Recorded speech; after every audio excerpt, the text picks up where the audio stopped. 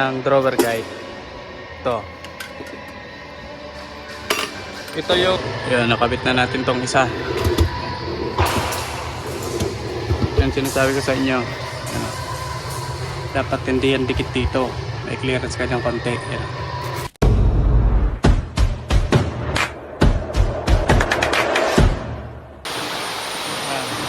Ano ito? Ito na yung drawer. Bali, 4 na drawer yan. Isa, 2, 3, 4. Ito na yung mga pan-drawer. Lalaminitan mo na to bago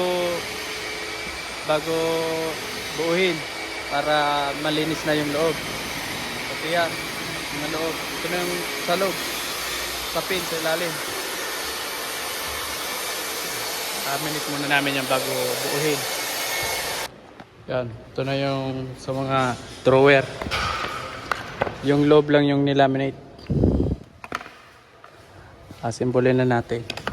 May itsura niyan.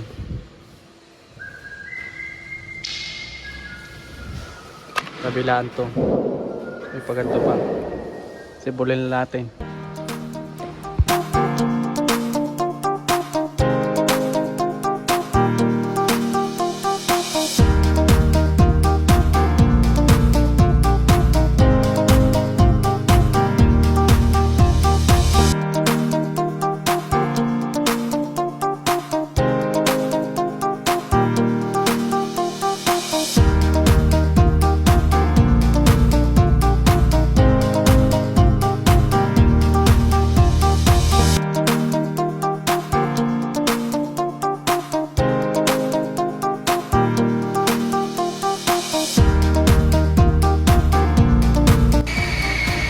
Pag nagsusukat kayo ng sa drawer, halimbawa ito yung drawer, paglalagyan ng drawer, ganito lang gawin nyo, susukatin nyo lang para makuha nyo yung eksaktong ano. Yan, 13.5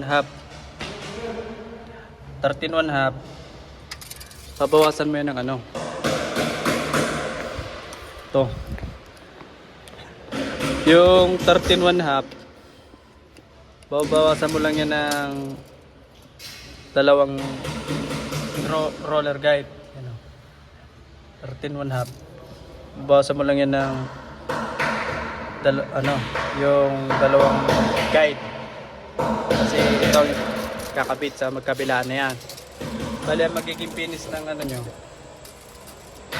31.5. Magiging 31.5.